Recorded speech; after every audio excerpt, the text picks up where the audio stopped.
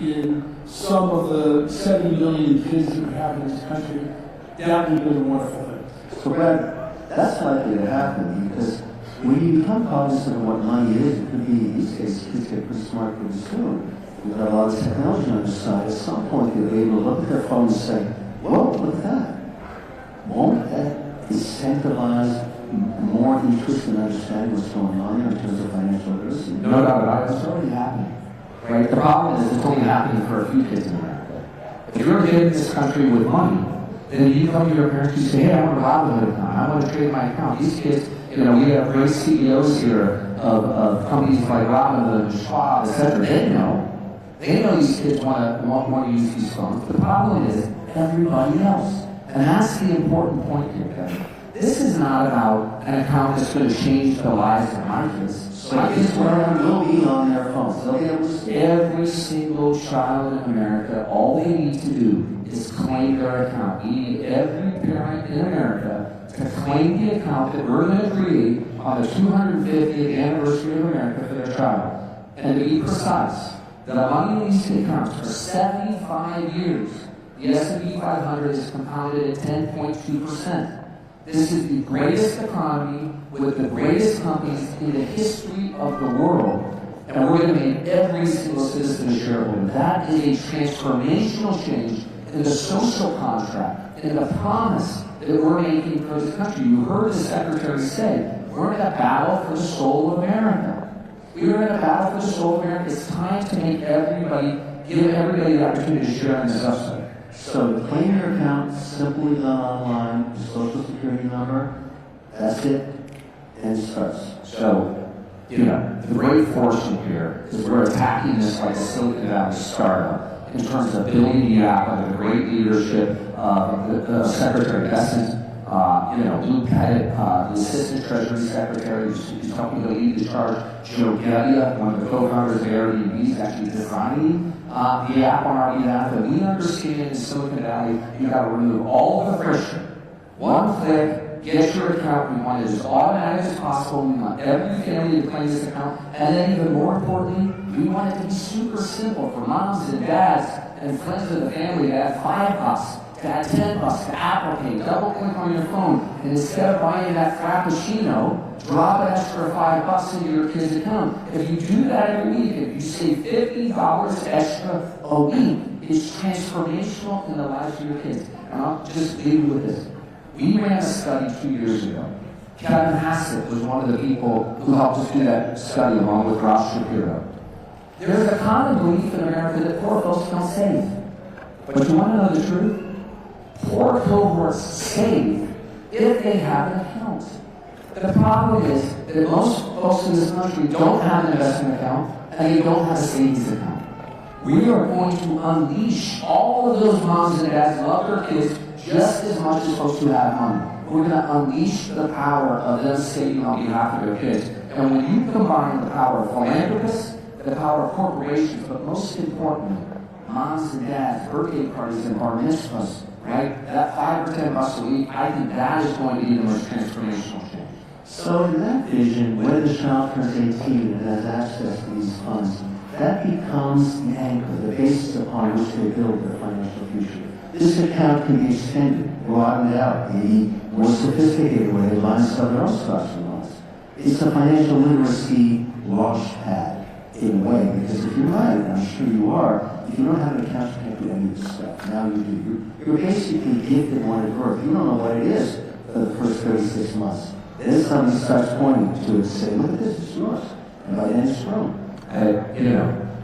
I came to Michael, told him about the idea.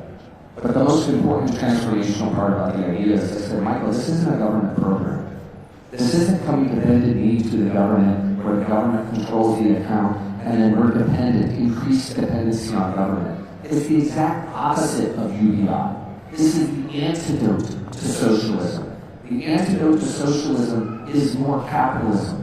And I said, Michael, this is a direct giving platform. If we create universal private ownership from birth, Michael, will you invest into those accounts? And tell us a little bit, Michael, about the study that you went through with Susan your incredible life and the Dell Foundation and the conclusions you came to that are leading a lot of other people to follow.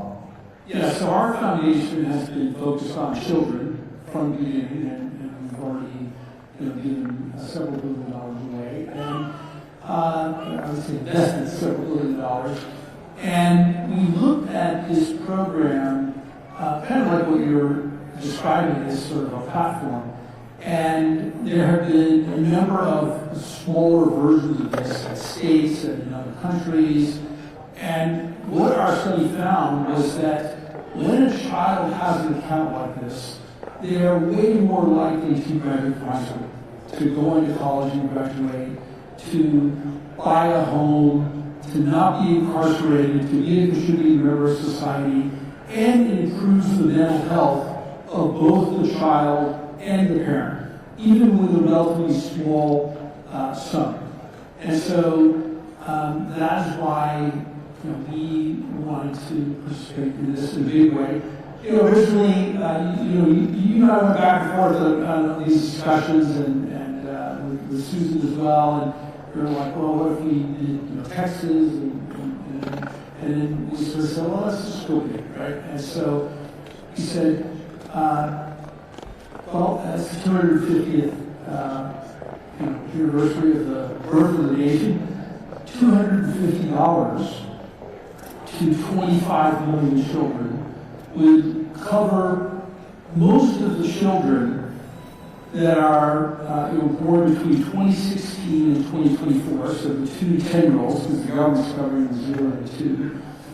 And we targeted our gift to the zip codes where the median income is less than $150,000. So that, my kids So you're basically providing the bonus round to this. That's what's happening. Well, this is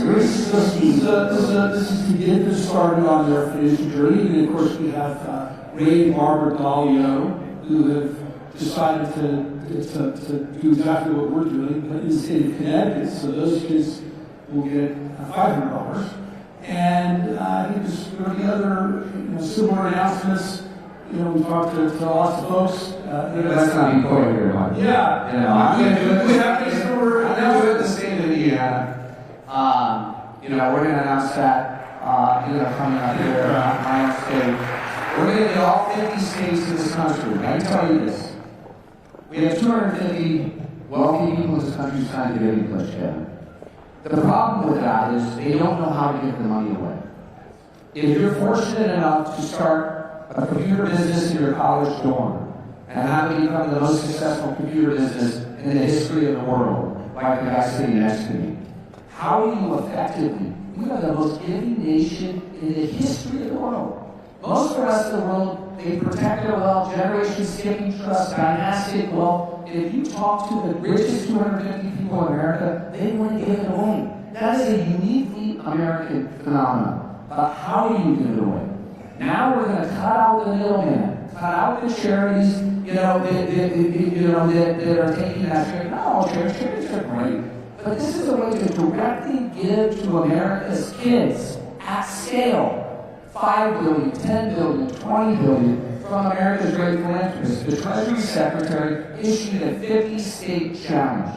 On the 250th birthday of America, we want all 50 states to have similar programs that get launched. And I will tell you this, because Michael and I are sharing the Giving Committee of Invest America. We're making the ask, and our hit rate is 100%.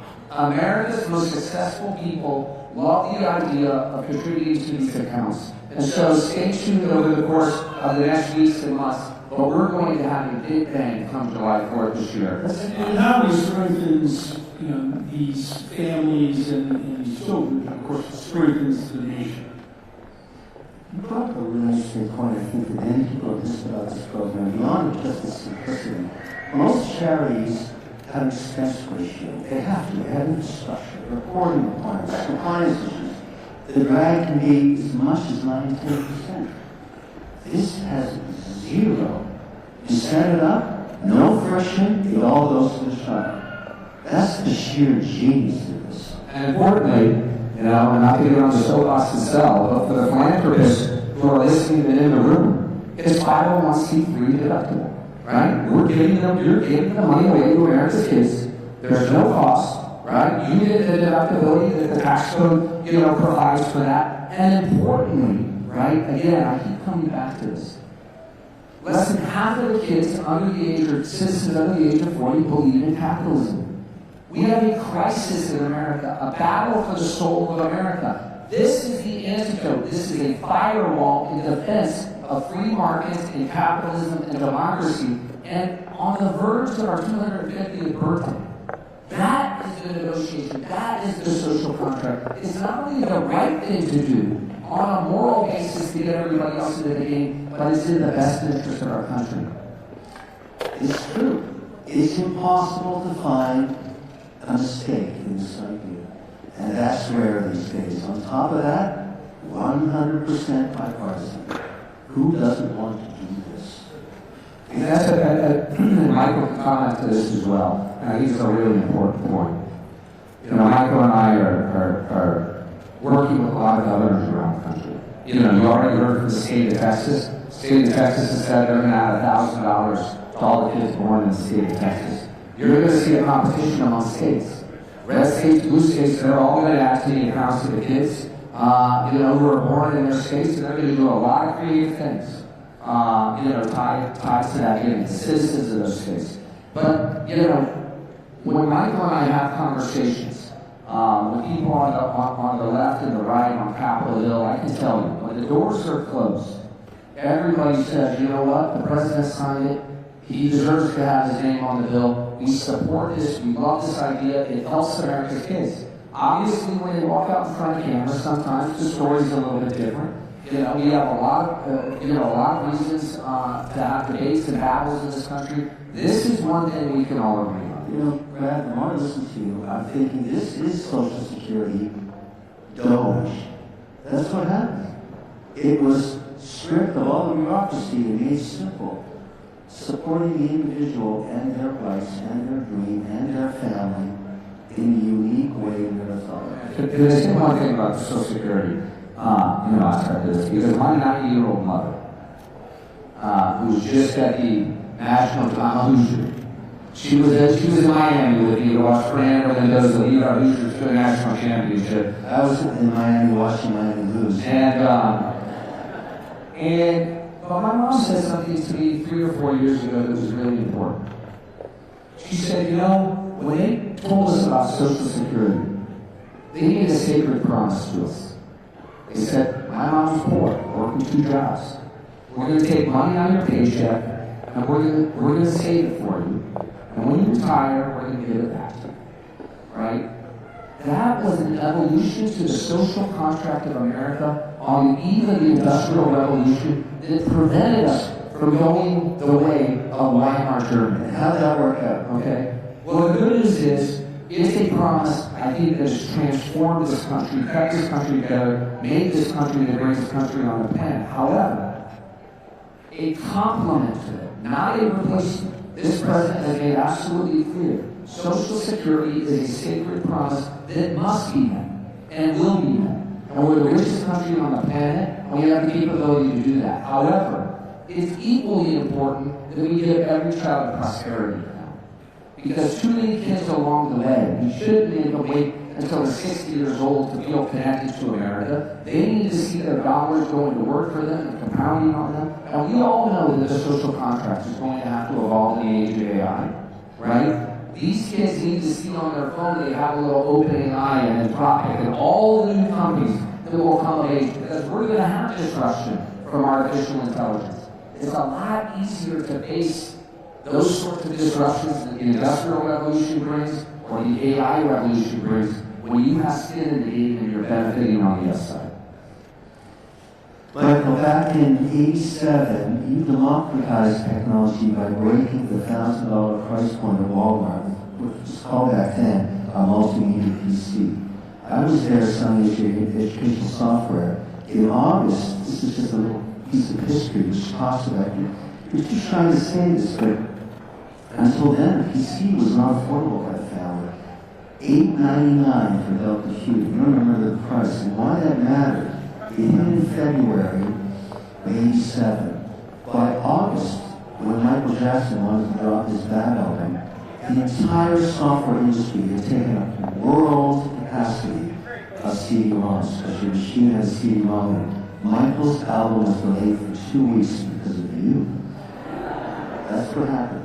I've been blamed for a lot of things. I'm used to that. But look, I think the point is that in not that many years, we're going to have almost every single child is going to have an account with a reasonably substantial amount of money in it, with the government's contribution, the state level contributions, certainly families and philanthropists contributing, and that over 10, 20, 30 years will make an enormous difference in this country. That's what I'm very excited about. And they say, what I love, whether you're in rural Indiana or rural Mississippi, whether you're in western Texas or you're in inner city Compton, right? Whether you're in Trenton, Oakdale, or Roxbury, outside of Massachusetts, this is the part of America, right? This president, this administration has raised their hand and said, we've for too long promised that we're going to close the wealth gap. We've for too long promised that we're going to get everybody else into the game. And there's frustration and anger in the country because people don't feel like that promise has been met. And here we have an opportunity, now that is baked into law forevermore. We're changing the game. Every kid in the game will be outside of America, and now the ask of everybody in this room and everybody in America is on you now to make sure that every child claims their investment account when we launch them in July. It's on you to contribute $5 to $10 to those accounts and get those snowballs growing, right? This is not a government program. This is an ownership program, an ownership account by citizens. So claim the accounts, make sure your friends claim the accounts, make sure your schools know about this, your churches and your synagogues know about this, and make sure that, rather than giving the plastic toy on the second birthday, give $25 into the account. It will transform lives. And our KPI, our key performance indicator for Michael and I here, we want every child, right? Not 50% of kids claiming these accounts. We want 100% of kids claiming these accounts, and we want to see all the accounts adding to the accounts. That unleashes the magic of America. It's the greatest country on the face of the planet. Our national economic advantage has never been greater. But this secures our democracy and capitalism for the next 250 years. Brad, there is a big history on that with on the tax return where you claim child tax credit. You might just speak about that for a second because I think that's obviously going to... So every family this year when you go file your taxes, or if you use Cash App, and maybe you do the 1040EZ, right? Because a lot of families, don't have tax preparers, don't file a normal return. Every single person is already baked into it and Cash App and all these things. You're going to get a 4547. It's going to pop up and say, hey, your kid is eligible for a Trump account. Do you want to claim it? All you're going to do, Kevin, all your information is already filled out. You just have to say yes. So make sure those forms are already going out to new moms. I see a lot of kids and babies in the room, all of them, my children included. They are going to be claiming their accounts, and we're evangelizing on it. We have 3 young people here today who are working on financial literacy around this, right? What is the compounding word? Educating middle schoolers about this. And so we're going to make sure that this is out there. Michael and I, should we tip our hand and tell them we're going to run the Super Bowl ad or not? Oh, okay. I think you just did. Yes. Dear America, We're going to, the point is, it's not just the event. We're going to put money, effort, and wood behind this. I'm dedicating the next decade of my life to making sure that not only we get this passed, but it's the greatest implementation that we ever do. and I'm dedicating the next decade of grass life also. Michael, last words, Mike. How would you like to sum it up? I would sum it up as the greatest investment we can make is investment in our children, and this has the opportunity to ignite a generation of people that understand how capital works and change the complexion of the nation to a nation of owners and investors and capitalists. And that's incredibly special. I can't think of two better ambassadors to get the word out to the youth best. You're obviously very passionate about it, and you've been very much part of thinking it through. It's a really good idea. And I think everybody here understands it, and now we have to multiply it by 100 million. That's it. Ladies and gentlemen, have these two extraordinary.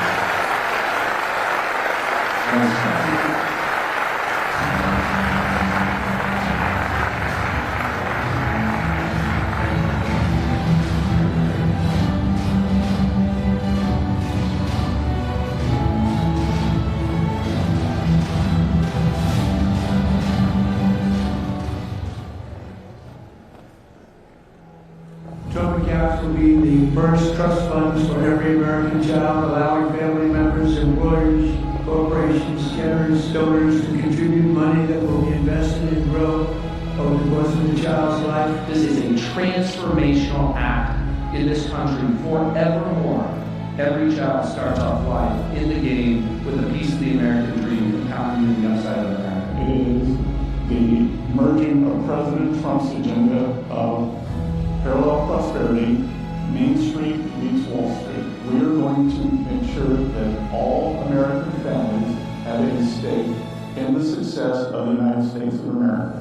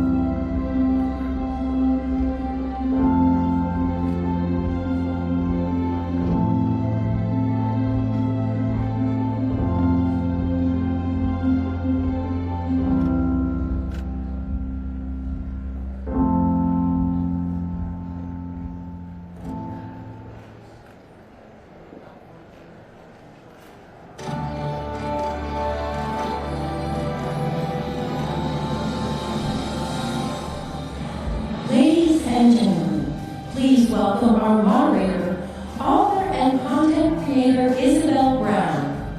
Joining her for the Families for the American Dream are Rebecca Lichtler, Cheryl Hines, and White House Press Secretary Caroline Levitt.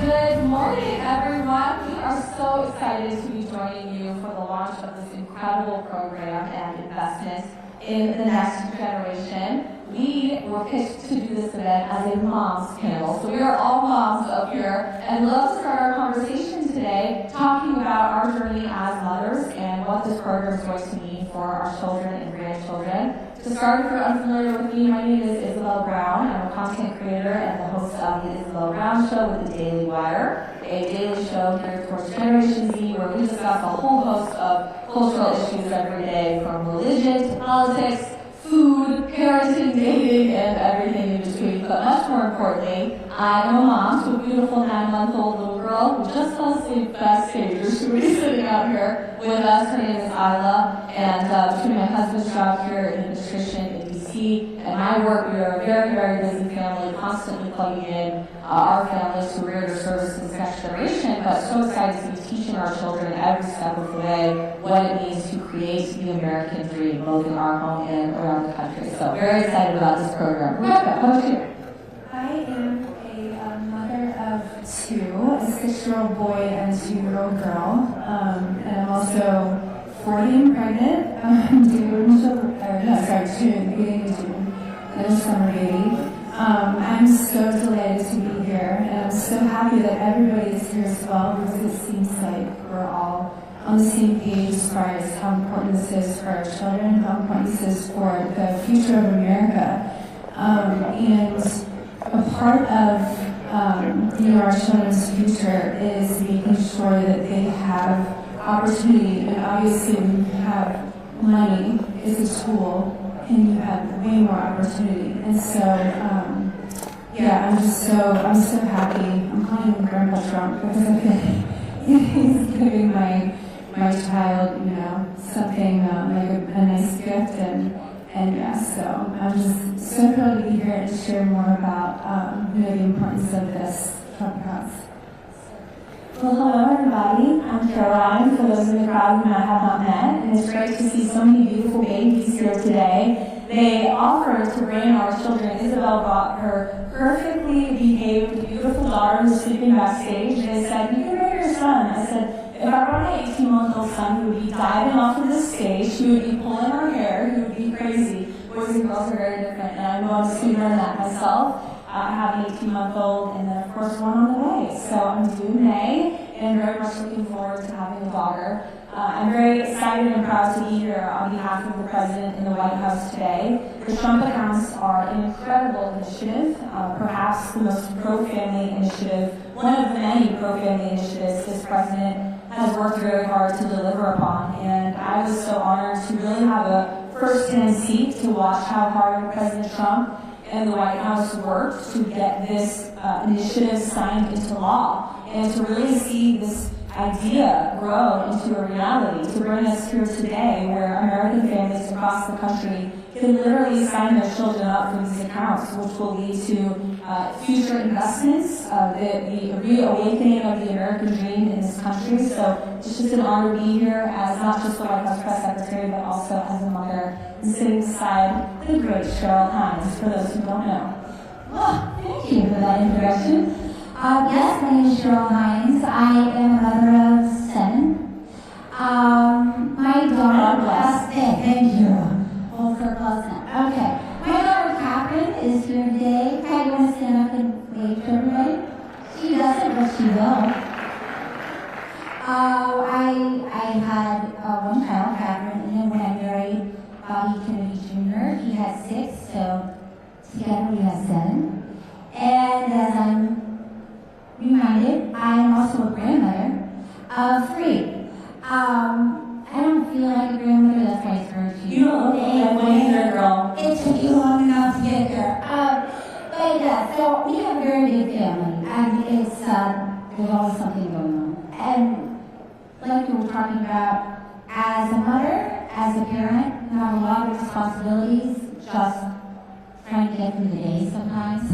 And then when your child turns 18, they are going off on their own as an individual. So as a parent, all of those years you're trying to pave the way for them, to teach them, to let them become more and more independent. And I love this program because it's not about red or blue politics. This is about every American having a start, having an investment in their future from the time they're born.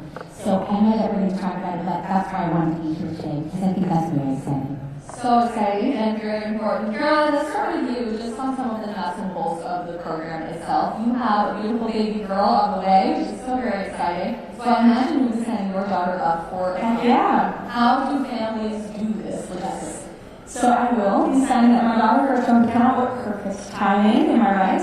But this initiative, I would encourage everyone, if they have not, and I would encourage the media in the back as well, to please take a look and cover trumpaccounts.gov. This is the way that families across the country can learn more and can actually sign up for the accounts. And I know the Department of Treasury and the IRS have worked incredibly hard to upscale their web design website to ensure that this is as easy and accessible as possible. I'm blown away by the website. I tweeted it out on my own account this morning because I really think it's important for people to see how easy this initiative and accessible it is. The website design is just beautiful, it's forward looking, it's futuristic, it's as easy as an app on your iPhone. To make it really simple for parents who, to Cheryl's point, are so busy, and filing taxes for many is, it can get a headache, but this is something to really look forward to. And so for families with children and newborns who are eligible for that $1,000 really startup bonus, that seed in the account to get this investment started, it's an incredible thing that so many parents across the country can take advantage of now. And even if your child was born outside of the eligibility years,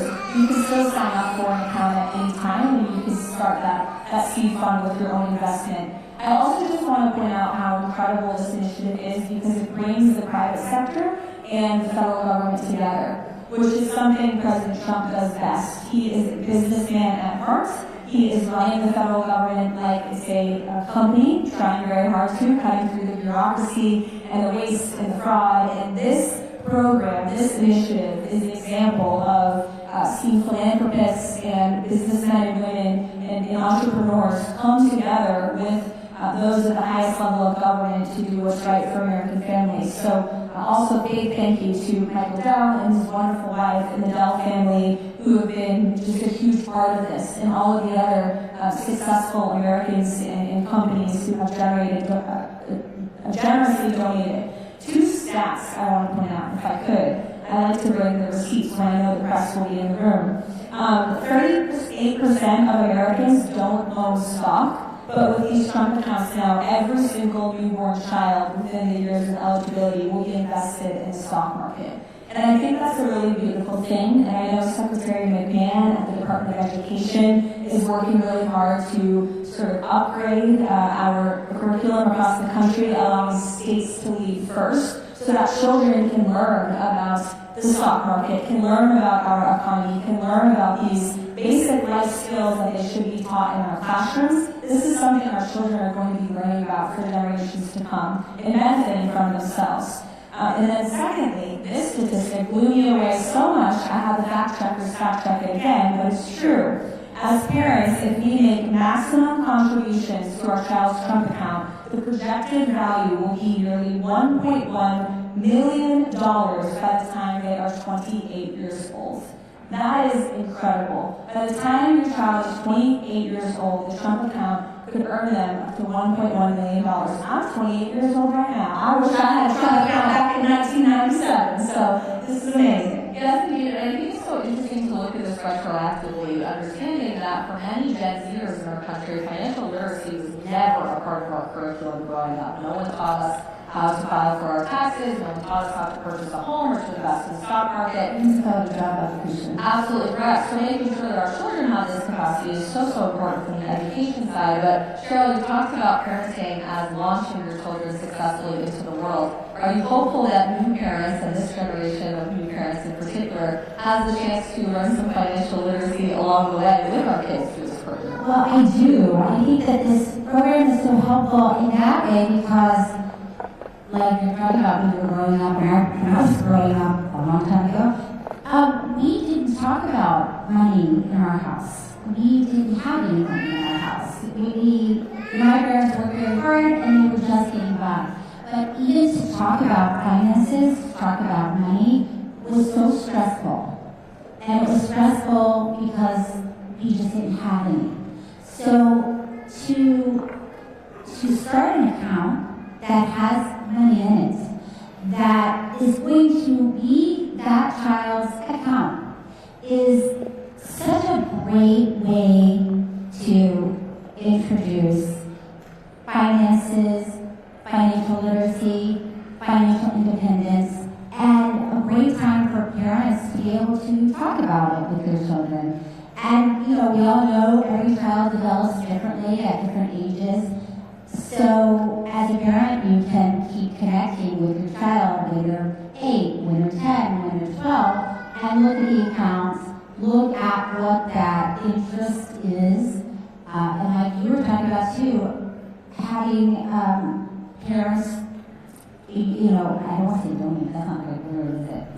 Invest, contribute, and even like Kevin O'Leary was saying, once you start working, I started working when I was 14, to have an employer invest in that account is very exciting. And it is hopeful, it's the opposite of stressful. It is time to talk about your child's future with them.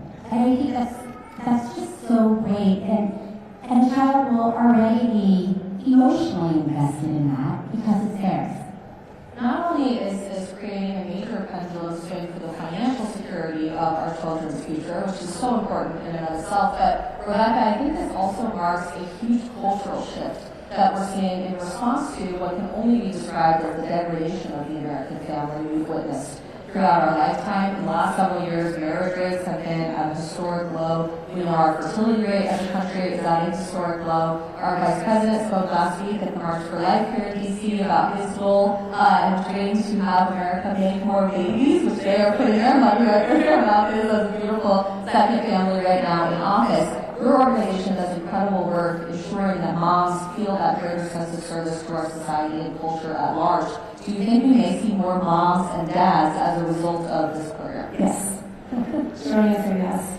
I'm so grateful that it's colliding at the time that it is because the more involved I am getting into my Moms for America organization, it's just so on par with what I am doing in my children in raising them to be America-loving, learning from our founding fathers, learning how, if the more you learn about our founding fathers, you can't not be affected by their character that they all had. And instilling that in my children, starting at, my daughter, I have a couple books, but she's only 2. My 6-year-old is really, at the age like you were saying, Cheryl, every age is different and you kind of have to just figure out how you can relate to them at that point and how you can teach them things at that point, because then it changes. Like, as soon as you figure out your child, they're changing. But I think that it's just another way to invest in them and to love our country even more and to be grateful and know the privilege that we have as Americans. My husband is born in Denmark, and so he has a very unique perspective. He's always had the American dream ever since he was in the Sun's age. When he was a little kid, he wanted to move over here because he's a numbers guy as well, so he understood the opportunity. And so that is very exciting, and accountability as well. Accountability because how I grew up, my parents got divorced and my life was a mess, and it's fine, maybe who I am, but I didn't have any kind of foundation to build on.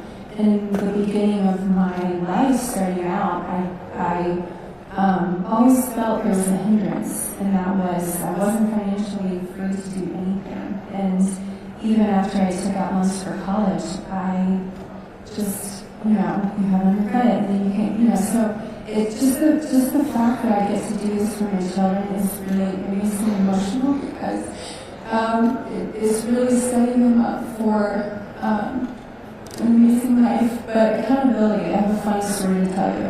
My 6-year-old's in debt right now. And when I told him that, he's like, I'm in debt? What does that mean? Because he thought it was okay to go on Amazon. He's not allowed to do that, but he went on Amazon and bought $800 worth of Pokemon cards. $800. And he's very much into soccer cards and Pokemon cards. And so when I actually told him about his Trump account, he was so excited. He already started thinking of the business that he would have. He said, I don't want to go to school, I'm going to start a business with that money. He thought I said 3,000, but I said it's going to be more than 300,000. That's our goal. But anyway, he said, I want to start now. And I said, no, man, you can't do that. And he's like, why? And I said, because you're in debt. And he's like, what does that mean? I'm like, that means that you can't do anything until you pay off that debt. You don't have money to invest in your business, because investing in your business, you have to go find the cards, keep them for a little bit, and then sell them. I guess that's how it works out now. So anyway, so as a 6-year-old, for him to grasp that, he then knew. He quickly got it, and then he went to my husband and he told him, he's like, Daddy, mine's kind of dead, and all this stuff. So, but now we have a chart, and he is working off his debt to us. So, it starts so young. I mean, sometimes as a mom, I think, oh, well, I'll get there. Like, I'm going to teach them that, but they're too young. But it's really, you can really start now. Anytime, yeah, and that's actually wildly important for parents with young children today. You mentioned passing on the American dream, and I think it's important for us to sit with that for a moment, because pretty much every pollster and media organization will tell you today that young adults no longer believe in the American dream. We think it's a disillusionment, it's no longer available to our generation, and yet behind us, I see a beautiful headline that we're just starting the American dream for this next generation. That messaging is so important, Caroline, because I really do think that's setting the tone for culture at the top. It's not telling young people, figure it out for yourselves, we're going to continue borrowing from our country's financial future and throwing you under the bus in the process.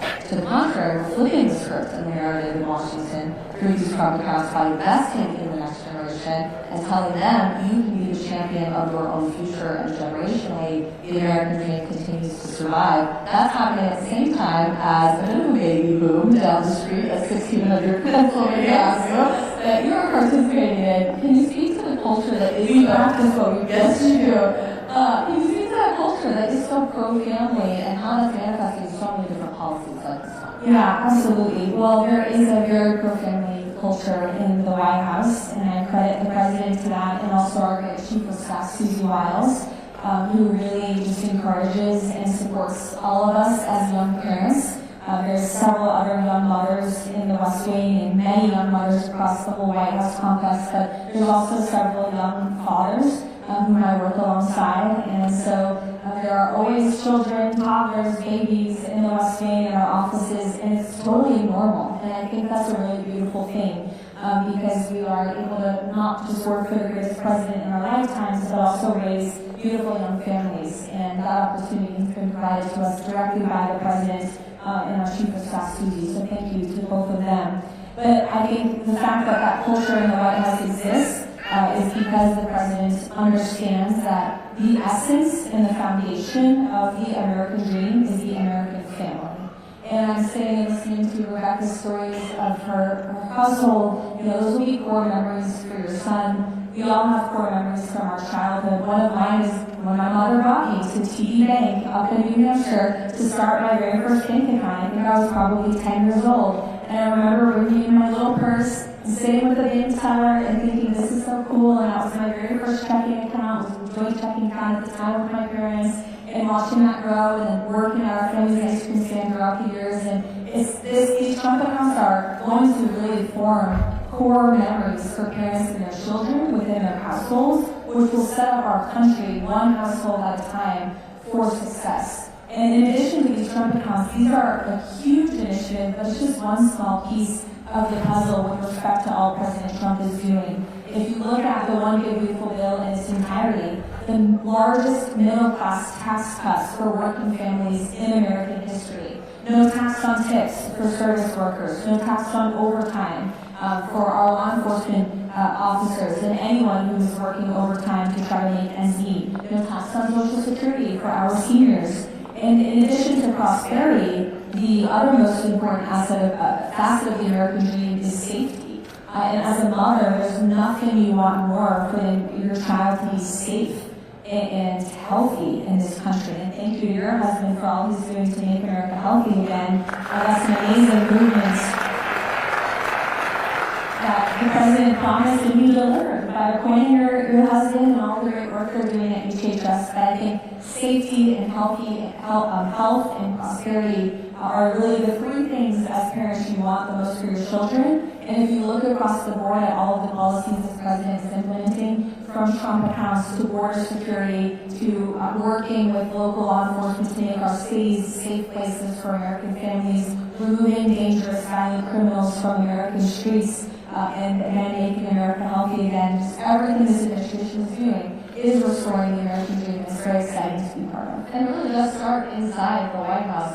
Caroline and I met when we were interns for the White House in 2018. We started from the bottom together, so life is crazy how it all works out. And back then, it was classic DC work culture, I think still. It always is. When you're on the Hill or the administration, you want to be the first one at work and the last one to leave. Really prove yourself. It's always been that way in this city. But I can't tell you how many young families I hear from in the administration who are constantly told, it's 6 o'clock, what are you still doing here? Get home to your baby. You can finish this at home. That's so much more important in the legacy that we are building as an administration than any email you could be sending from here at the White House. And a huge component of that, Shirley, that I'm constantly talking about with my audience in our show is this intergenerational family dynamic. There are so many new grandparents in America right now that are so excited about participating in their grandchildren's lives. My baby is the first grandchild on both sides, so we have very excited grandparents across the spectrum in our family. What do these accounts mean for you and your grandchildren, knowing that this is not just something we pass on to the next generation, but theoretically transforms our families and our economy moving forward to several generations? Yes, well, it's like what we've all been talking about. I think as a grandparent, it's exciting to sit down with a 3-year-old, look at numbers, ask, what do you want when you're 18? What do you want when you're 25? What do you want when you're 30? And if you had $1,000 right now, what would you do with it? Which is a really fun game to play with a 3-year-old, because it's probably candy or Pokemon. But even just to talk to them, to hear them, and then like we talked about when they get older, they'll have different dreams and ideas. But as a grandparent, as a parent, it's exciting to be a part of that. And as a grandparent, it's nice to know you can put money into an account for your grandchild or your child. My sister is also here today. Don't forget you guys. We were talking about what's great about this account, because at some point when your child is maybe 12, and maybe your grandmother asks your 12-year-old girl what she wants for the holidays, and as a grandmother, you're going to give her that ugly sweater that you love to give. But maybe she'll say, what I would rather have from you is the $50 to put into my accounts, because I'm saving, and this is what I want to do with the money. So it's a very exciting, empowering tool and learning tool, and so it's fun. It's like we said, you're invested emotionally and financially. So it's something that you can work together as a family. And we were talking about having a lot of siblings growing up, and I asked you if it was crazy. 7, because it was crazy. Yeah, because how many did you have? How many siblings? I'm the 5th of 7. Yeah, 7. So when you're in a family like that and you're one of many children, a lot of times you don't have your own thing. You're waiting to get the hand-me-down dress from your sister or your old wife from your brother. But so to know that you have your own accounts and you have control over it, you get to decide what you're going to do with it. It's not your parents deciding for you. It's when you're 18, you get to decide. It's very, it really gives someone a feeling of pride, a feeling of individuality and independence.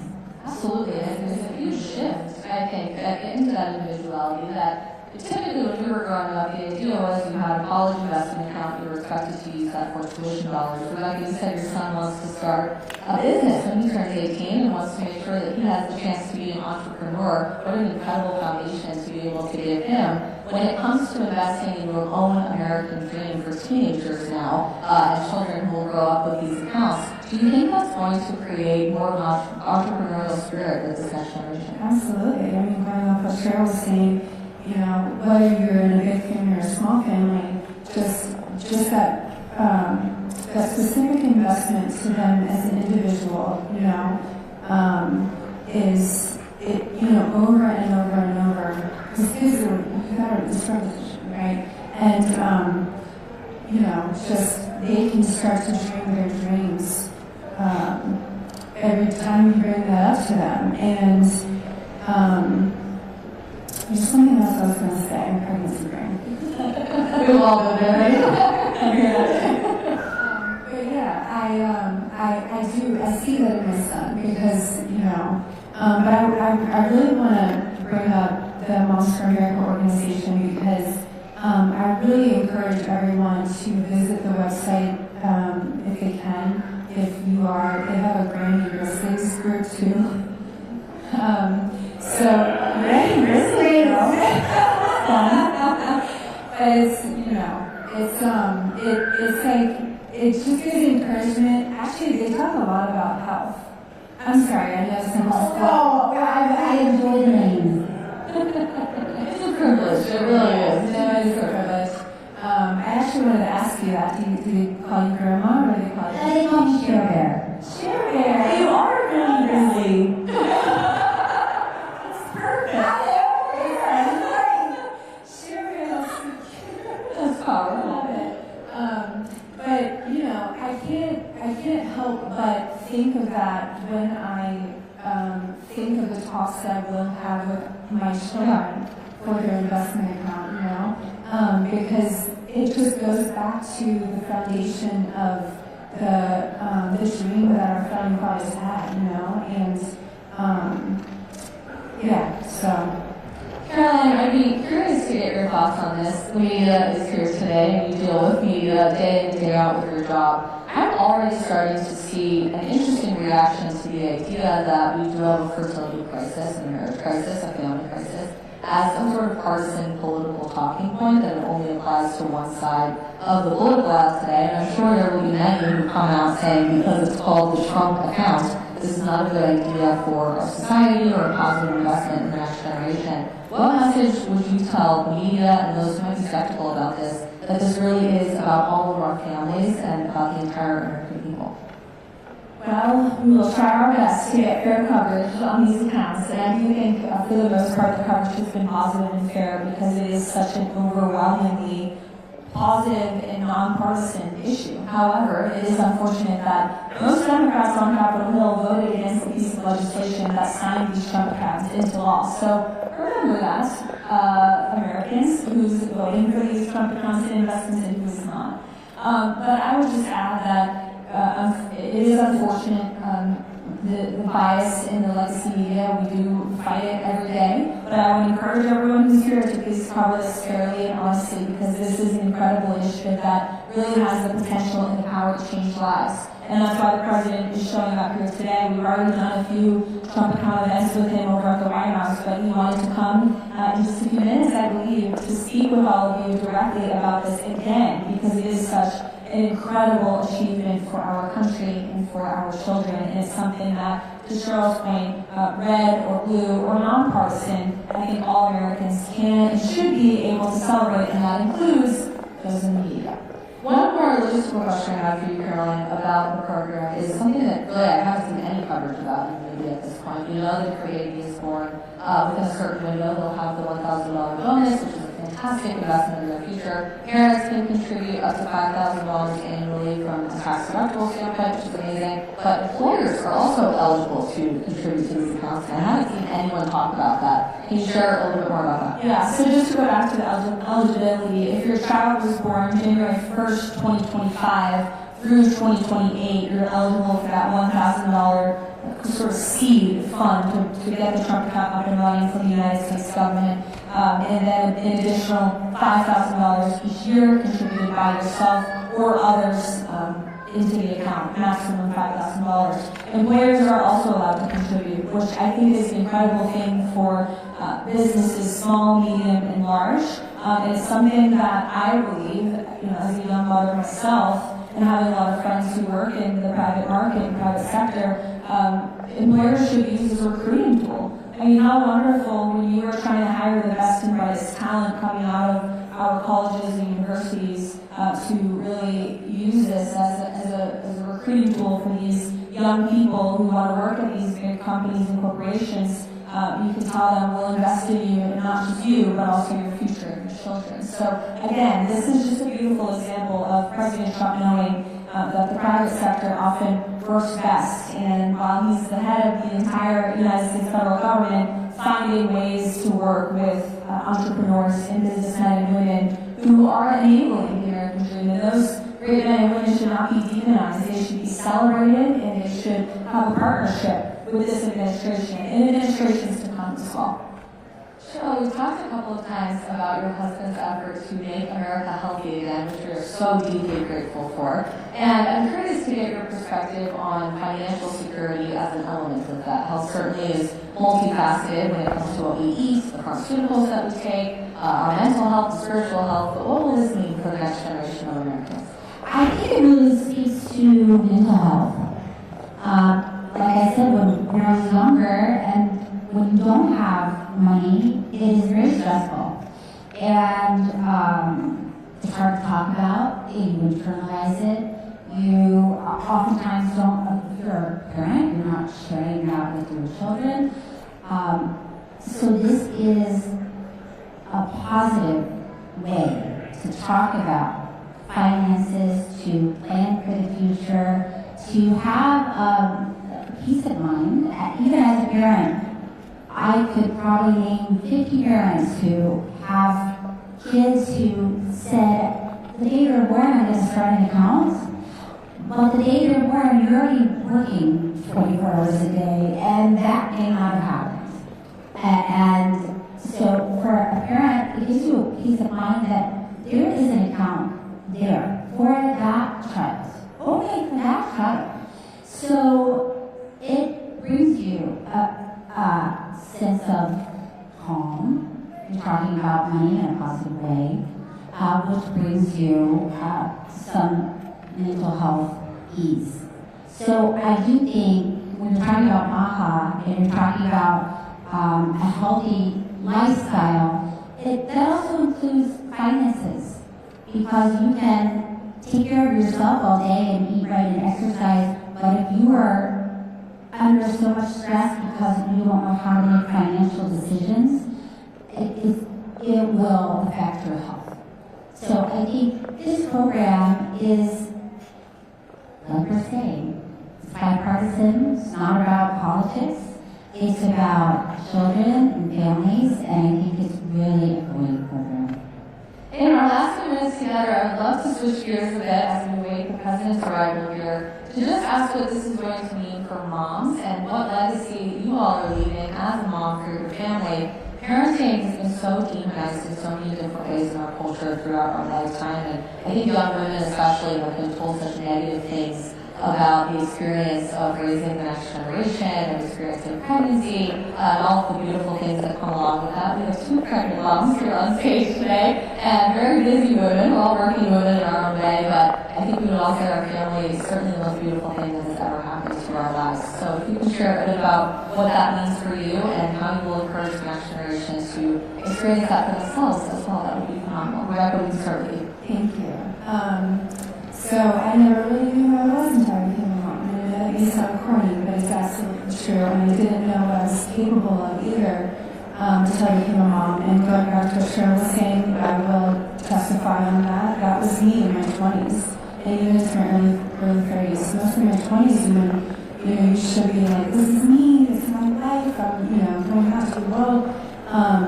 But I didn't have that. So it's motherhood for me has been a constant refining process, and it's never done. God does so many things through my children, to me as a person, and you never know how many faces selfishness has until you have children, and you're like, I'm starving, and I'm tired, when's it about me? But, you know, you're always putting them first, and it's the biggest sense of purpose I've ever felt, and it's the biggest dump of joy at the end of the day. And I've done a lot of cool things in my life, but there's absolutely nothing that I can compare it to. It's the most rewarding thing, and it also has a very, there's a stigma attached to it. Like, your life will be over if you have kids. Or you're not going to be yourself anymore. But that's right, you're going to be someone better. You're going to be someone way better, and you're going to meet a part of yourself that you were destined to be. And again, I know it sounds so corny, but it's really about God's design. Yeah. You know, we're the life givers. We are the heartbeat of the home, and we're the heartbeat of the nation. And we are responsible. We have the privilege to have the responsibility of investing in little humans that love you so much and putting them out into society. And if we just get back to that, I think that is another, part of the equation in America. And I just want to like George Washington, his mother was, you can go throughout his journals and things, and he loved his mother. His mother did everything to create who he was, really. And I didn't even know this. She was about to join the British Royal Navy. Didn't you know that? And she was like, I don't think so. You're going to pray, and you're going to ask for God's direction. And so he did. And so, anyway, that, knowing that about our history, I think is very important for moms as well. And there's just so many people, not just in America, but around the world, that had, such a big impact in shaping the world's history, American history. I don't know, any of us could have said it better ourselves. So very powerful. Thank you all so much for your role in serving our country in different ways and serving your beautiful families. And thank you again to President Trump and to our Treasury Department for this incredible investment. Thank you. Thank you all.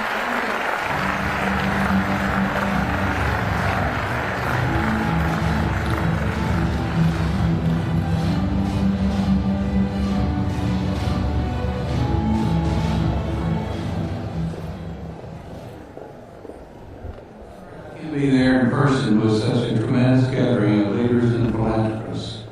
This first year under Donald Trump's leadership has been nothing short of remarkable. We've never seen a president accomplish so much, so quickly for the American people, and Trump accounts are yet another great example of that progress. We believe this is a smart, forward-looking way to invest directly in young children and create opportunity that lasts for generations. I want to recognize Michael Dell and everyone in the room today who is helping make programs like this possible. At my company, Common Resources, we want to lead by example. We encourage other companies to join us in working alongside the government to implement similar programs. We plan to do this in every state in which we operate, doing our part to give back and further build upon this program and leave a lasting legacy for the next generation. Thank you, President Trump, for your outstanding leadership. I'm honoring the CEO of Visa. Today marks another important step forward in what has been a shared and unifying goal: helping Americans build long-term financial security for the next generation. Visa has been a supporter of this effort since the beginning. With this bold initiative, the administration is truly investing in the American economy, helping families fund their kids' long-term financial security. Visa was proud to be among the first companies to announce plans to incorporate Trump accounts into our employee benefit plans. Additionally, Visa is going to work with our bank partners to enable millions of Americans to use their Visa credit card rewards to fund Trump accounts. It's a simple and powerful way to turn rewards into savings, to help families save for their children's future through everyday spending. Through this new program, we are playing a part in this important effort to connect more people to the global economy, unlocking another channel for families to support their children, and ensuring the next generation has a stake in our country's future prosperity. I'd like to thank President Trump and the administration on the launch of the new Trump cards. This is a simple and powerful way to give American kids a great financial head start. IBM is proud to build on the foundation that you are providing. In addition to the $1,000 investment from the U.S. Treasury, IBM will contribute an additional $1,000 for U.S. citizen children of IBM employees born between 2025 and 2028.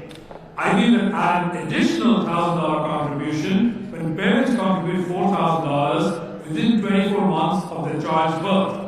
Combining the government's investment with IBM and parental contribution, a child's account will start with $7,000 or more by age 2. Without any additional contributions, this balance will generate tens of thousands of dollars by age 27, a great advantage towards education, housing, or launching a career. Thank you, President Trump. IBM is proud to support this initiative and help build brighter financial futures for the next generation of Americans. Mr. President, Secretary Besson, thank you for allowing me to participate in your historic summit today. At Broadcom, we focus on the long term. We create technology that powers the modern world, from the chips in our iPhones to the AI in our data centers. But we know that the most critical element for America's future isn't silicon. It's the financial security of our next generation. The Trump Account program is a visionary step towards making every American a shareholder in our nation's prosperity. It ensures that as our economy grows, driven by the very AI and semiconductor breakthroughs we develop, every child will have a front row seat to that value creation. So today, I'm proud to announce that Broadcom is joining this mission. For every child born to our U.S. employees in 2026 through 2028, Broadcom will match the federal government's contribution with an additional $1,000 deposit into their Trump account. Combined with the President's generous grant, this will give the children of our employees a good start to building their own foundation for a bright future. And by doing this, we aren't just making a contribution, we are investing in the future engineers, entrepreneurs, and leaders who will keep America the most innovative nation on earth. Thank you.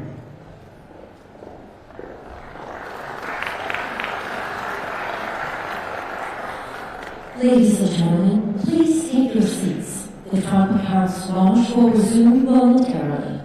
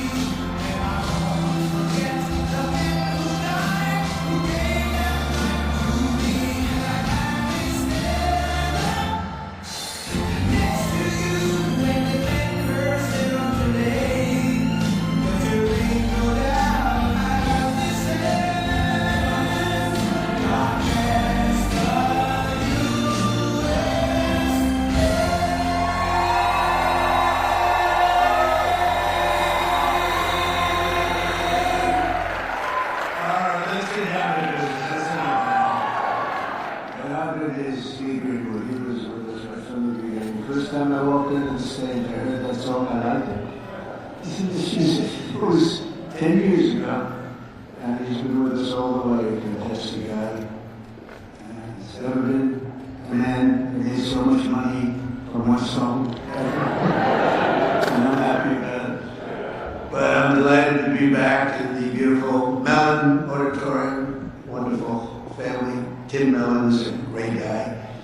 He's the current version of the Mellons. A fantastic person. To celebrate a thrilling new milestone for America in the first generation of Trump account children. Trump account children. For the first time ever, we're going to give every newborn American child a financial stake in the future, head start at life, and a fair shot at the American dream, something people don't talk about so much, at least not for the last 4 years they haven't been, but now they're talking about it big this last period of time. It's been unbelievable. You see what's going on with our economy, the tremendous investments that's been made in our country. We have over $18 trillion coming in, and the most I think was 3.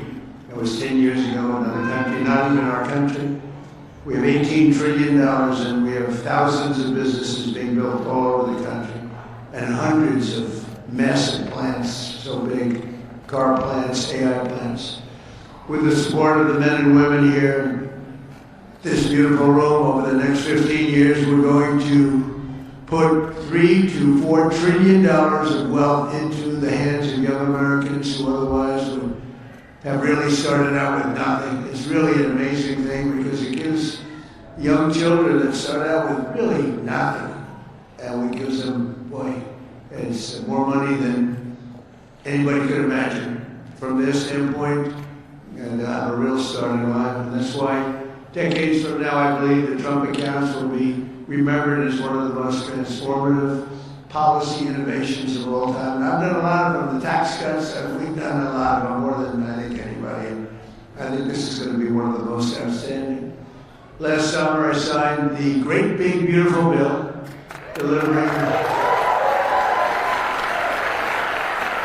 It made this possible, too. It actually made this possible. Without it, we wouldn't have been able to do this. Delivering the largest tax cuts in American history, including no tax on tips, no tax on overtime, no tax on Social Security for our great seniors. And, you know, we did another thing. When you buy a car now, you get a deduction on the interest payment if you borrow money.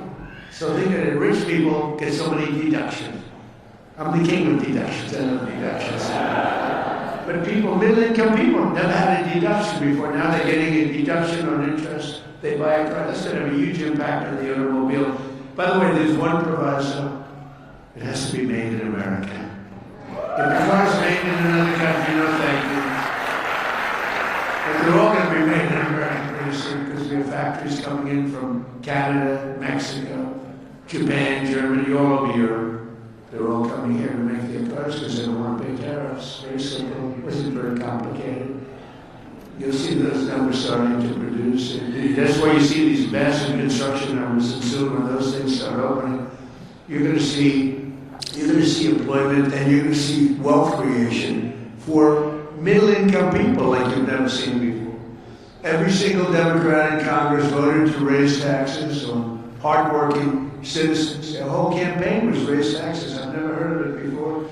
All my life I grew up, and I hear politicians, we will cut taxes.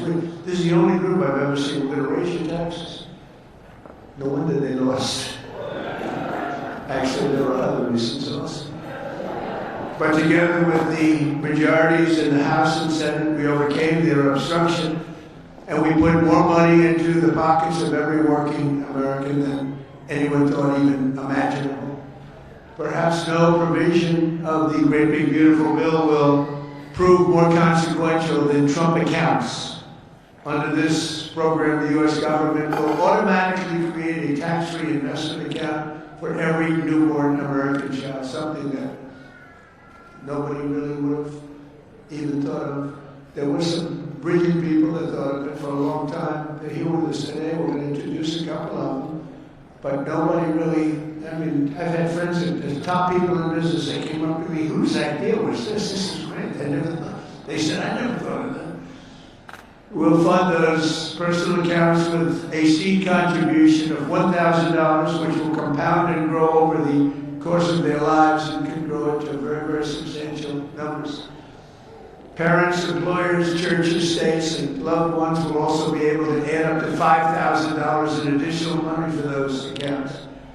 And with every modest contribution, Trump accounts should reach at least $50,000 in value by the time the child turns 18, and could be very substantially more than that.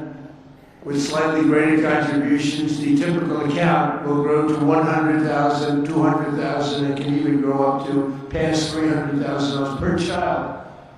And we think the most likely case is in the $200,000, $300,000 range.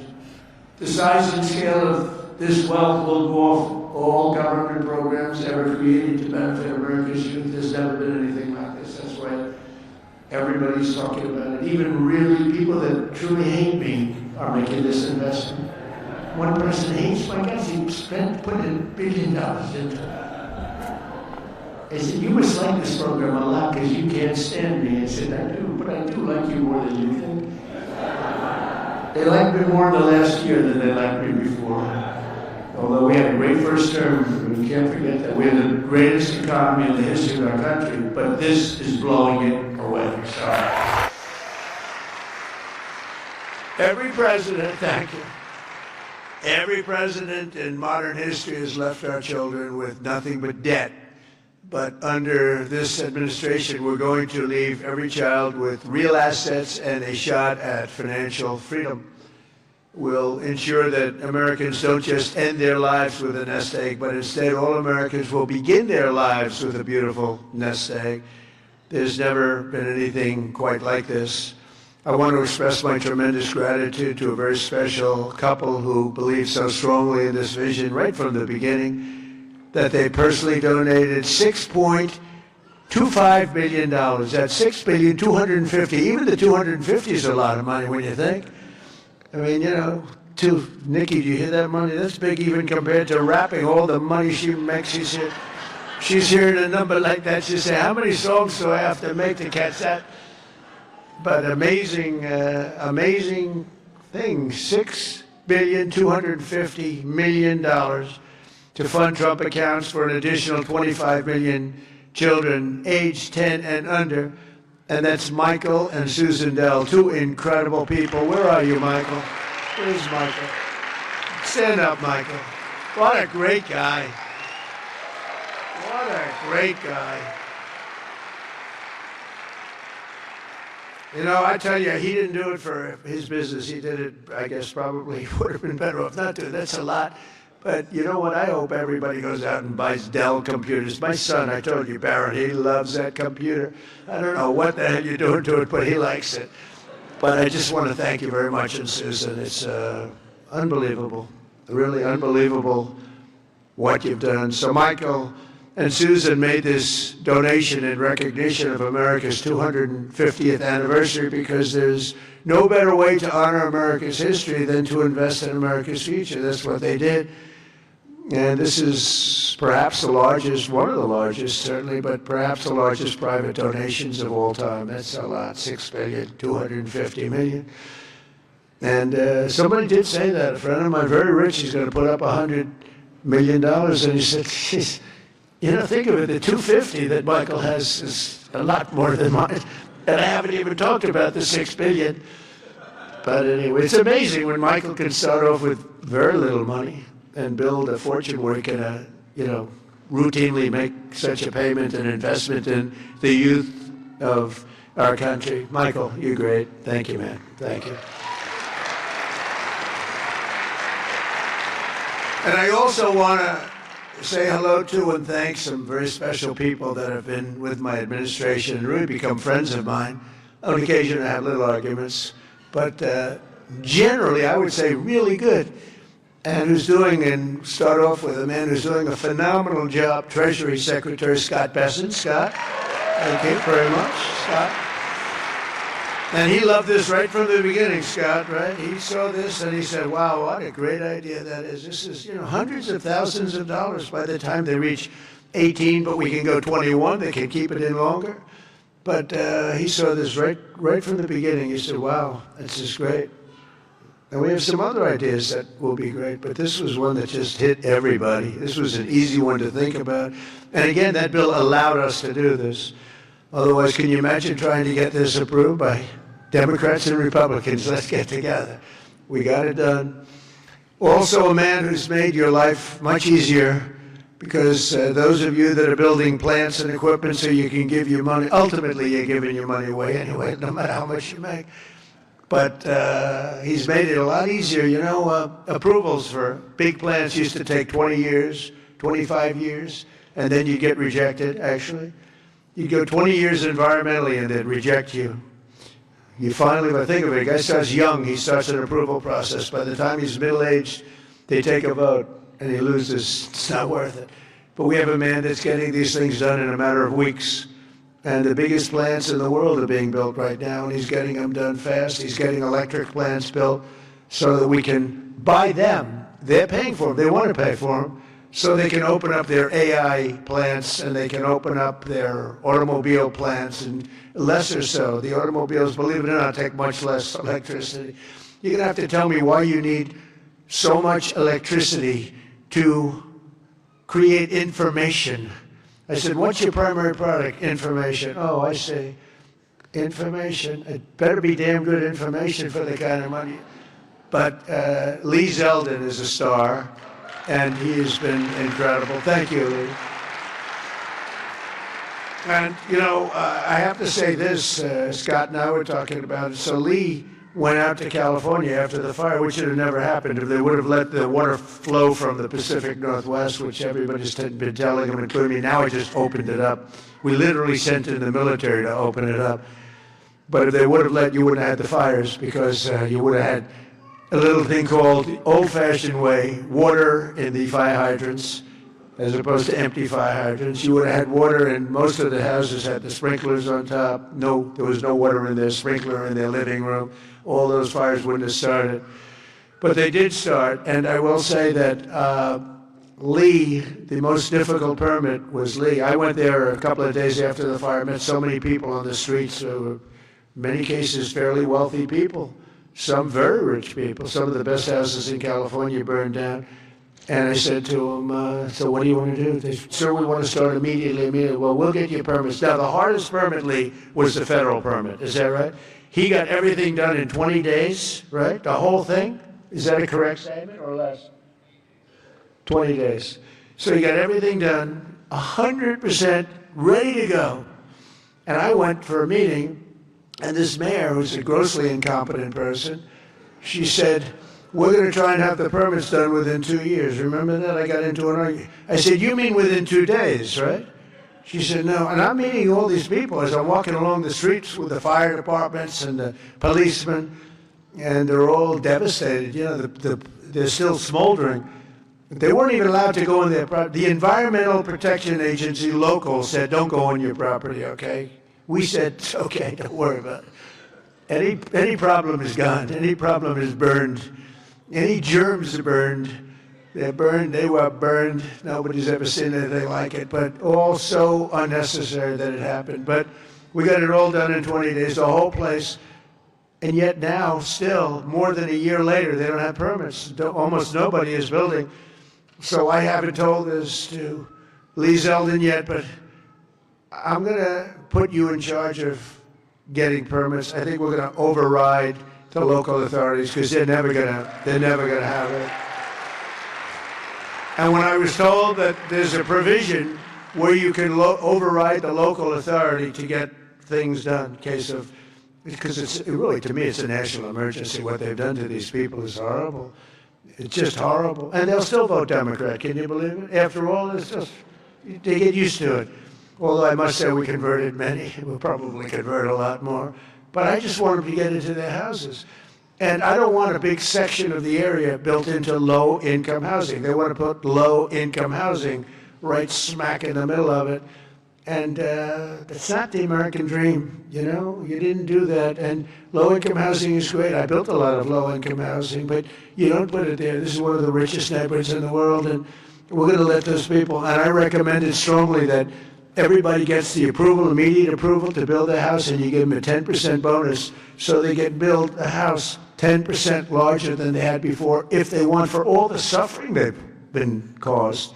So they can build a little bit bigger house. So Lee, if you want, will you accept the job? Huh? He's under a lot of stress. Okay, all right?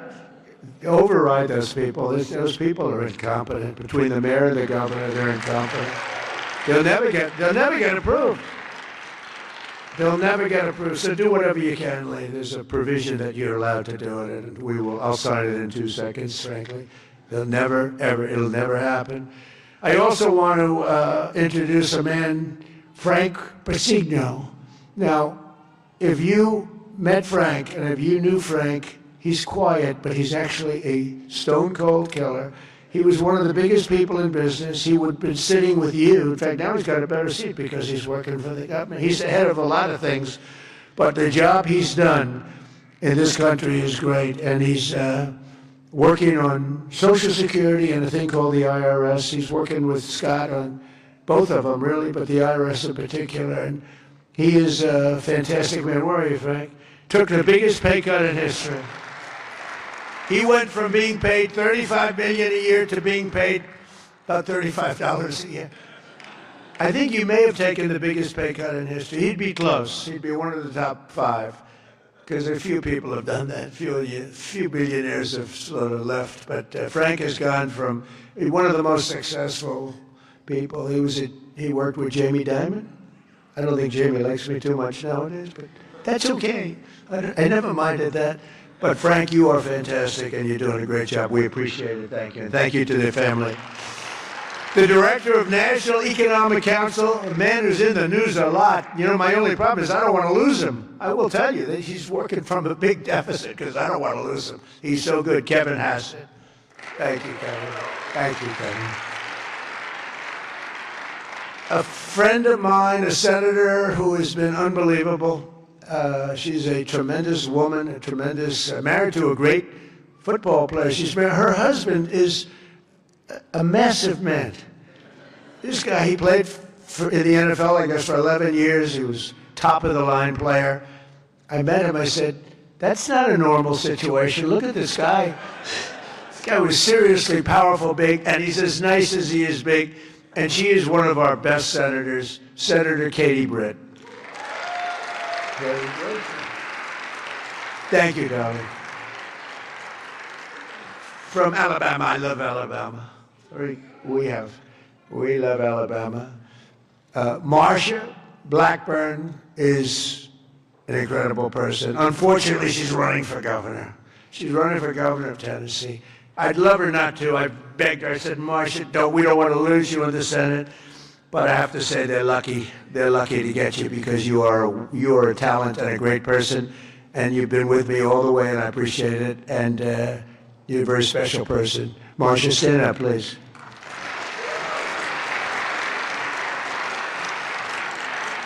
And a senator who's a friend of mine, you wouldn't believe that because we went through a rough campaign together. It was nasty. We got along so well, and we actually did joint rallies. Can you believe it?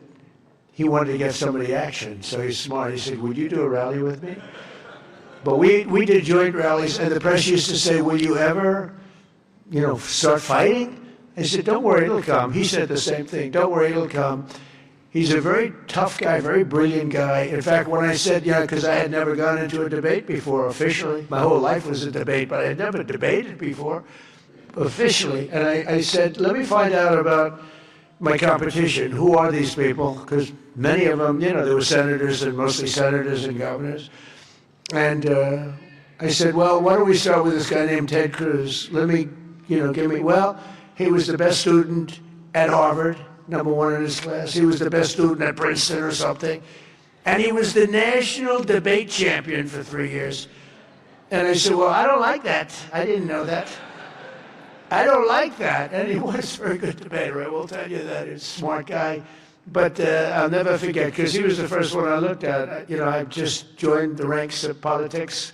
And the first famous, that was the Rosie O'Donnell. Remember that? Only Rosie O'Donnell? Ireland, you can keep her. Ireland has done us tremendous.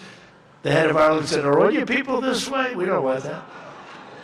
But Ted Cruz has one thing that I love. If I ever have problems, because it's hard to get people approved, he's a brilliant legal mind. He's a brilliant man. If I nominate him for the United States Supreme Court, I will get 100% of the vote. The Democrats will vote for him because they want to get him the hell out. And the Republicans will vote for him because they want to get him the hell out too. Where's Ted? Where are you, Ted? And with all of that being said, he's a great guy too. He's a great guy. We've become friends, and he's a very effective person too. Thank you, Ted, very much. The man knows more about tax than anybody that I know. Jason Smith, Congressman, wonderful person. Thanks, Jason. Thank you, Jason. Great job. Idaho Governor Brad Little, terrific guy. Thank you, Brad. Georgia Lieutenant Governor Burt Jones, who hopefully will be the governor of Georgia very shortly. They have a big race. He's leading by a lot in the polls.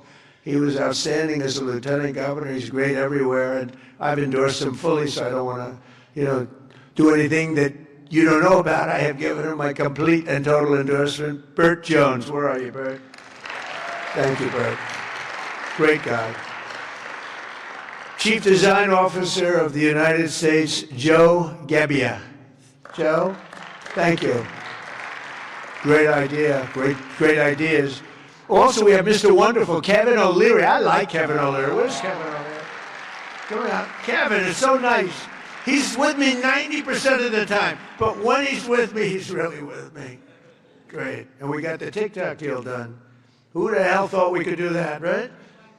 I know. I wish he wanted to buy TikTok so much, and I would have done it, but his price was slightly lower. Slightly. He's fantastic. What a good, you're an entertainer, businessman, you had the whole quality, so I appreciate. I know what you did. Having done The Apprentice, I see you on television, you have what it takes, right? So I appreciate it, and thanks for all the nice things you do. And Cheryl Hines, where's Cheryl? Oh. Married to a very, very powerful, important man. And I said, I'll tell you, Bobby, she's strong. I watched her in an interview. I said, Bobby, you keep him in line, don't you? Huh? She said, yes, I do. She's got no choice.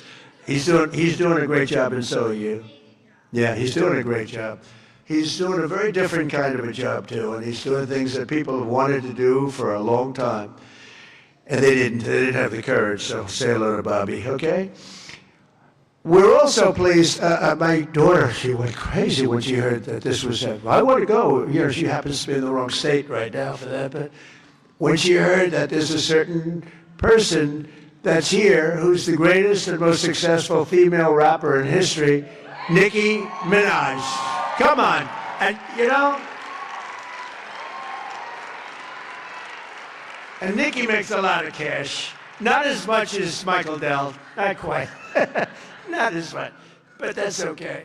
But Nicki makes a lot of money, and she's generously stepping up. She's investing hundreds of thousands of dollars in Trump accounts to support the children and really the children of her incredible fans. That's great. Focus on that. Why should you give to somebody else's fans? Give to your fans. I like that. But and I just think she's great.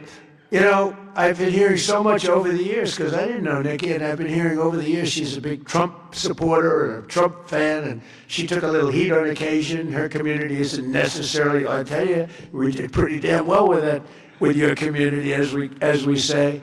But Nicki has been an unbelievable supporter. She gets almost as much as Mr. Wonderful over here. He's been another one that's been so good. But I'd like to ask you to come up, Nicki. Come on up. Come on. She's been such a great supporter, and a great supporter of Trump accounts.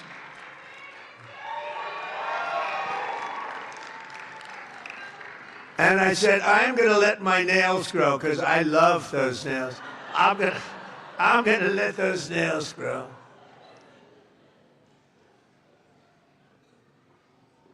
She's so good. She's been MAGA. What can I say? She's been with us all the way, right, Alex? She's been with us all the way. Just want to thank her. And it wasn't so easy. For you, it was easier, correct? You want to come up? You want to come up? Mr. Wonderful, come on up here. You've been terrific. Come on up.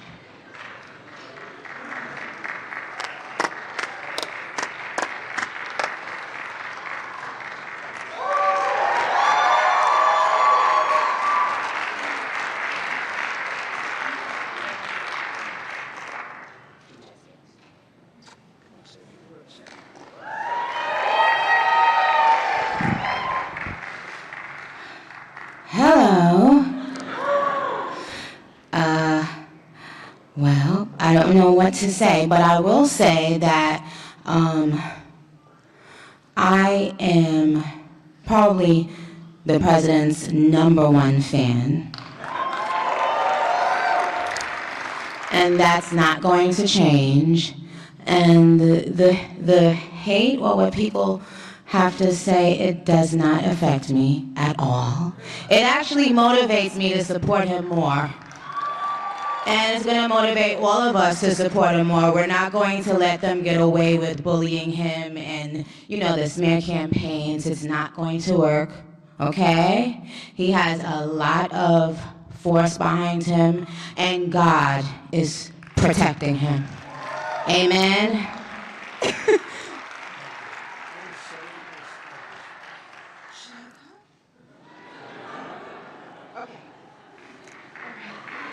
Thank you.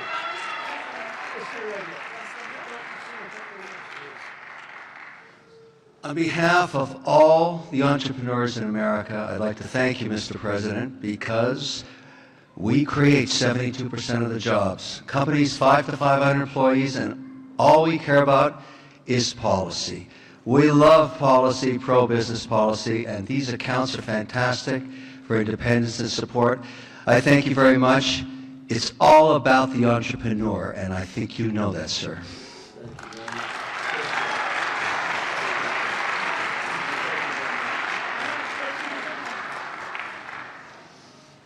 Well, that was great. A little interlude. I don't know. That's better than getting Scott Bessent up.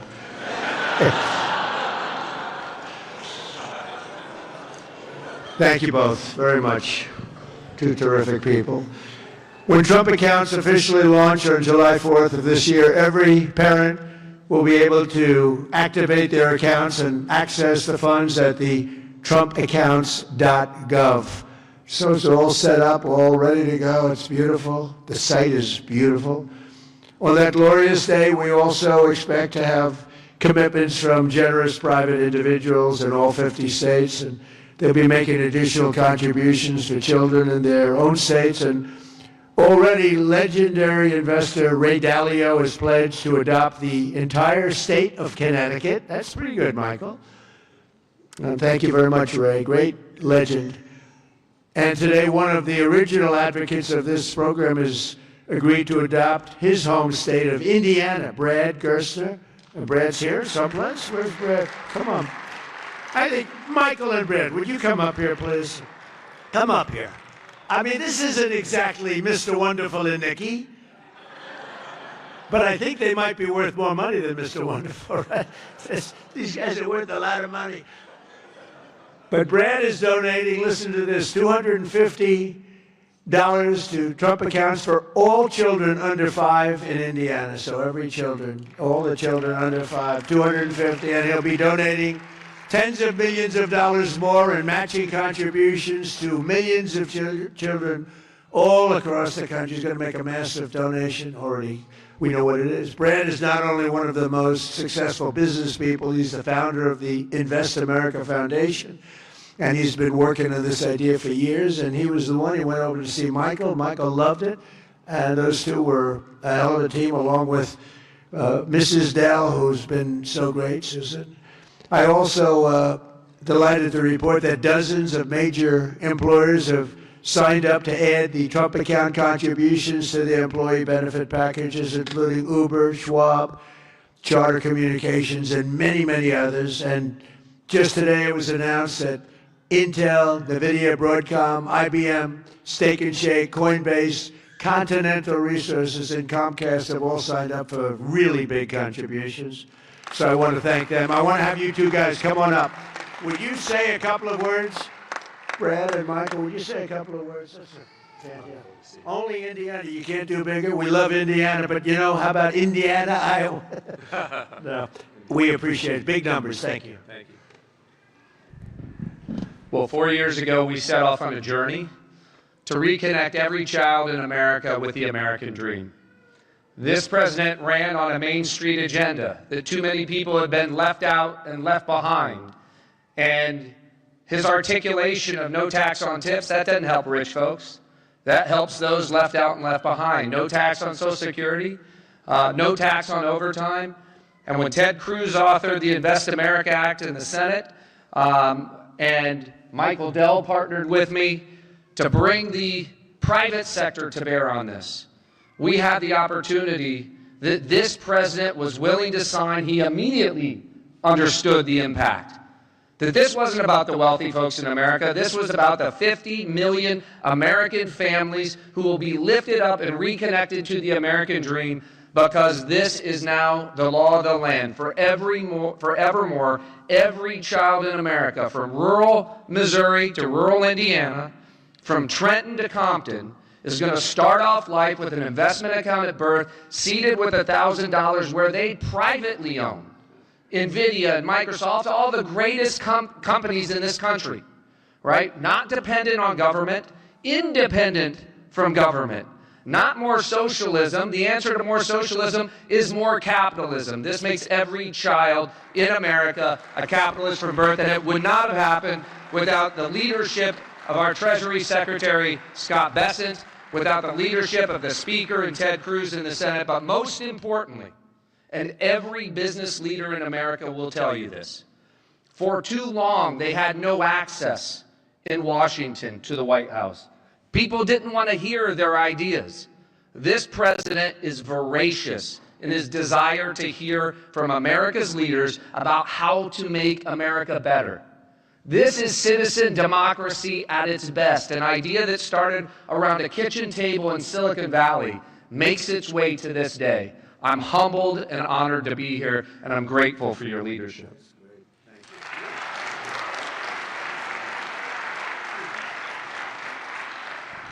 Thank you, Mr. President. As you heard from Brad, the fact that this bill got passed itself was a miracle, and it creates a platform for communities, for families, for corporations, for philanthropists to add to these accounts.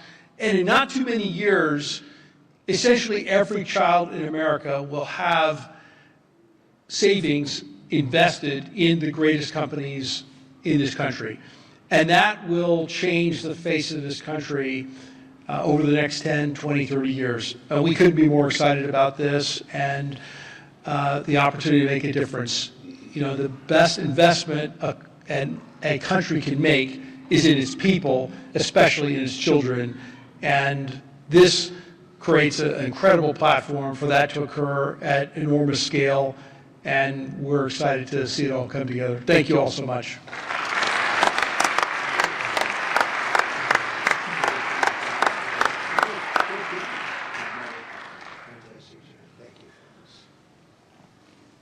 Those are two fantastic people, I can tell you that. I want to give a very special thanks to some of the CEOs here this morning. Vlad Tenev of Robinhood, what a job he's done. Where's Vlad? What a job you've done. Young guy. Nice young guy, too. Arjun Sethi of Kraken. Arjun, thank you very much, wherever you are. Thank you. Anthony Noto of SoFi Technologies. SoFi. Thank you very much, Anthony.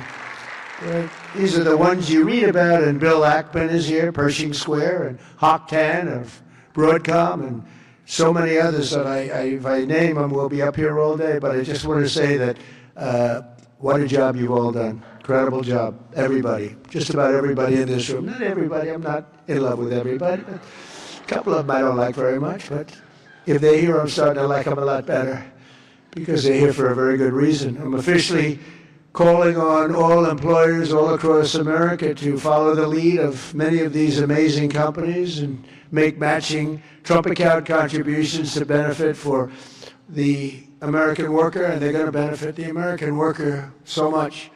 This morning, I'm also pleased to announce that Visa is creating a brand new platform which will allow credit card holders to deposit their cashback rewards directly into Trump accounts. That's a big deal. Visa, thank you. Where's Visa? The head of Visa. Thank you very much, Visa. These initiatives could not come at a better moment because there's never been a better time to invest in the United States of America than right now. Who knew it would have happened this fast? I inherited a mess. We were a country that was laughed at a year and a half ago. We were laughed at. Now we're the hottest country anywhere in the world, nobody even close. So, who knew this was going to take place this quickly? Right, Michael? I didn't think it was going to go that fast. I knew we were going to do it, but I thought it would take a couple of years at least. Just a couple of days longer than the first year, so it's really amazing. And just this morning as I'm running out, I see the S&P 500 hit 7,000 for the first time ever. So I say America is back. America is back. Since the election, the stock market has set 52 all-time record highs, adding $9 trillion in value. And $18 trillion of investment is pouring into the country. It's going to be higher than that. Just over 1 year ago, we were a country that lost its way. We were mocked and scorned, and every American child will now be and have access to something that is really incredible, and they can watch directly the economic boom that's taking place. This is a boom that's taking place, the likes of which we've really never seen. I don't think people, get it yet. Not a lot of people, they don't get it. They don't see the thousands of businesses being built, the hundreds and hundreds of massive factories that are going up all over. But they're going to start to see it. They're starting to see it. I mean, if they're modestly intelligent, if they're very intelligent, they saw it about a year ago. With us today is Craig Smith, a fourth-generation family farmer and volunteer firefighter from Culpeper, Virginia, along with his wonderful wife, Heather. Craig and Heather have an 18-month-old son and a 1-month-old that they also welcomed just recently, twin boys. And they can't wait to activate Trump accounts for all three of their children this July 4th. Craig and Heather, do you want to come up here, Craig and Heather? Where are you, Craig and Heather? Come on up, Craig and Heather, come on up. Come on up. It meant so much to them. People write letters. Every once in a while you get a letter, it just hits you. Craig and Heather, come on up. Thank you. That's great. Wow, look at this family, huh? They're a rich family now. The kids are richer than the parents. That's the way we want it. Thank you very much. Wow.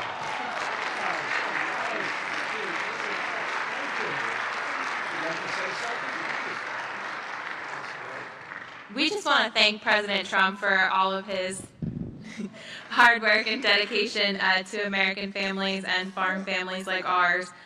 Farming is not always easy and sometimes margins are tight, so investments like this into our children really help us to buy diapers and formula and not have to worry about making financial decisions for them this early on. So thank you very much, President Trump. Thank you very much.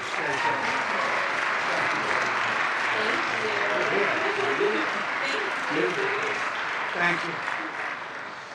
Thank you very much. So nice. Also joining us today is the Goins family from Fayetteville, Arkansas. Charlie works in manufacturing, and he's here with his wife, Savannah, his high school sweetheart. In 2022, Charlie and Savannah opened their home to foster care, really expecting to take in one child, but soon they were taking in a family of 3 siblings and formally adopting them. A short time later, Charlie and Savannah also welcomed a biological daughter.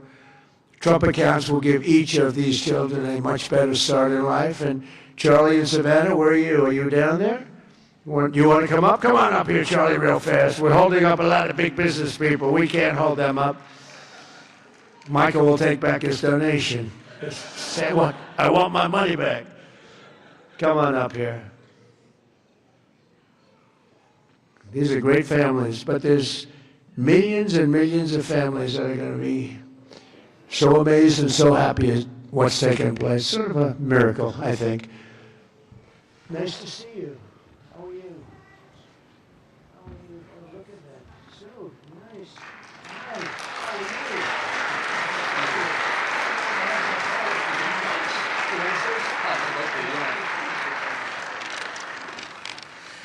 you? Thank you, President Trump, for having my family and me here today. My wife and I have spent the better part of our adult lives working to advance children in our community, and it was our faith that first led us to open our home to foster care, and it was God's plan that that allowed us. Absolutely. And it was God's plan that allowed us to adopt 3 amazing children out of foster care, to welcome so many more, and of course, this past year, welcome our youngest daughter, Florence, into the world. It's through our experience that we've seen how opportunity, or the lack thereof, can really impact a child at the very beginning stages of their life before they even get a chance themselves. And that's why, my wife and I, along with some of the work that the First Lady is doing, we are working to help foster families and foster and adoptive families, and personally in our state with protections and support in our home state of Arkansas. Every child deserves hope, stability, and a strong chance at a future, a strong future. And for young families, especially like ours, that your first priorities are, of course, your diapers and your wipes and your car seats and all that stuff. And so starting and investing into a investment account is not necessarily on the top of the priority list. And we're so thankful to have this. And I think this sends a powerful message that this administration believes that financial opportunity can start early, that it is intentional, and that it can impact every single family. And my wife and I are so excited that this administration has placed families and children like ours at the forefront of economic policy. And we're so excited for the future of the children and for this country. Thank you.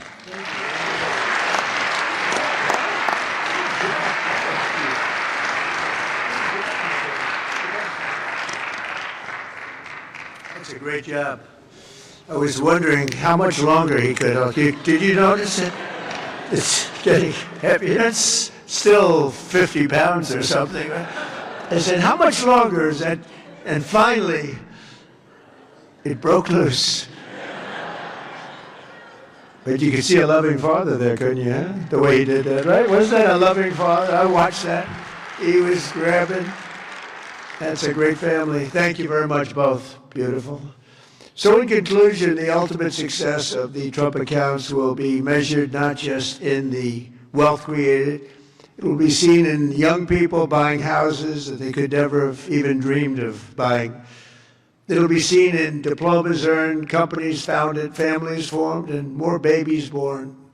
It will really be seen in something where you're given a chance. You're given a chance at life, a very good chance. Above all, the Trump accounts will help bring the hope and prosperity to every community that every community wants to see. And it'll bring back the American dream. The American dream is so beautiful. I would mention it all the time when I'm running. Whenever I run, I talk about the American dream because that's what we want to create. Others don't talk about it. But we have the American dream back, I think, now maybe better than ever before.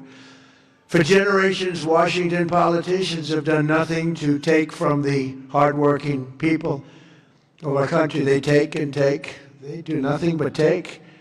They've made workers' lives harder, sent prices higher, pushed your dreams out of reach. And both parties, they didn't do the job that they were supposed to do. Some were fighting, and sometimes we fight against some of the great politicians we have here. They fight with me, most of them, and we fight to make things better. But we run into walls of other politicians that either don't want to do something or they almost feel like it's a destruction of our country. But now we're doing something much better than giving the next generation a handout. We're giving them ownership of America's future.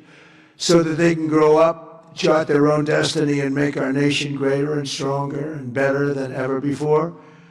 So I just want to thank all of the people that participated today, the great business leaders, the great celebrities, and all of the people that are in this room. You've done so much, and I just want to also give a little bit of a shout out to a lot of great politicians that are right now voting on some very important measures, plus the politicians in this room. They have really worked hard on this. This is something that it's amazing that it got done. If you knew the political process, it was very complex, very hard to get done, to get all of those votes together.